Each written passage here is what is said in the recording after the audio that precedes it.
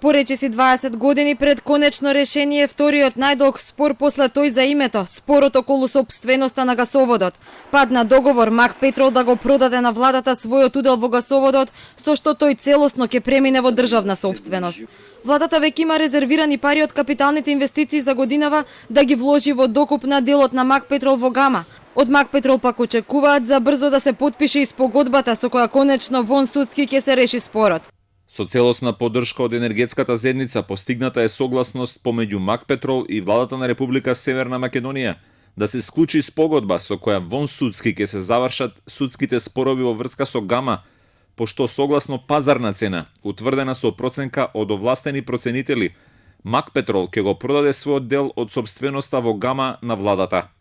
Во периодот што следи, Мак Петрол и владата ќе треба да донесат соодветни правни акти за официјално потпишување на спогодбата. Енергетската заедница се обврза да ја следи имплементацијата на вонсудската спогодба и да ја дава потребната поддршка се до конечното завршување на целата постапка. Мак Петрол и Гама од 2005 година водеа судски спор за тоа кој има поголем удел во гасоводот. Спорот во суштина се водеше за правото на мнозинска сопственост врз акциите во гасоводот, зашто двете страни тврдеа дека се сопственици на мнозинскиот пакет, односно 51% од акциите на компанијата. Откако проблемот со години се влечкаше низ судските лавиринти без разрешница, неодамна се побара медијација од Центарот за решавање на спорови на енергетската заедница за конечно регулирање на сопственичките односи, што е согласно Законот за енергетика и третиот енергетски пакет.